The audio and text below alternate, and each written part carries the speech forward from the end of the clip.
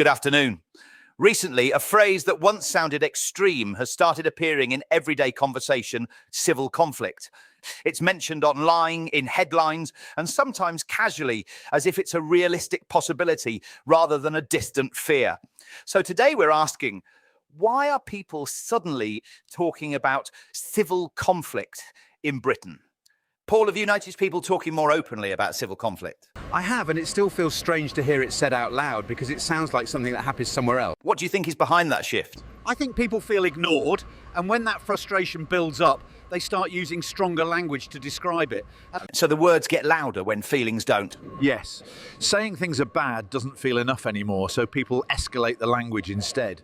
Sarah, does talk of civil conflict feel realistic to you? No, but it does reflect how tense people feel rather than what they expect to happen. So it's more about atmosphere than prediction.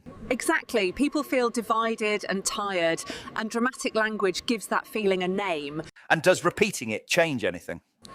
I worry it does, because once you hear it often enough, it starts sounding normal. So, why do you think younger people are hearing this language more often? Because we see constant conflict online and it makes everything feel closer and more immediate than it really is. So disagreement feels bigger than it is? Yes. Frustration starts to sound like inevitability instead of a phase. So perhaps this rise in language isn't about what people think will happen, but about how unsettled they already feel.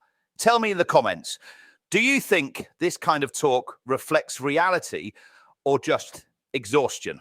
This is Captain Flush, reminding you that when people reach for extreme words, it's often because ordinary ones no longer feel sufficient. Enjoyed this episode of Captain Flush?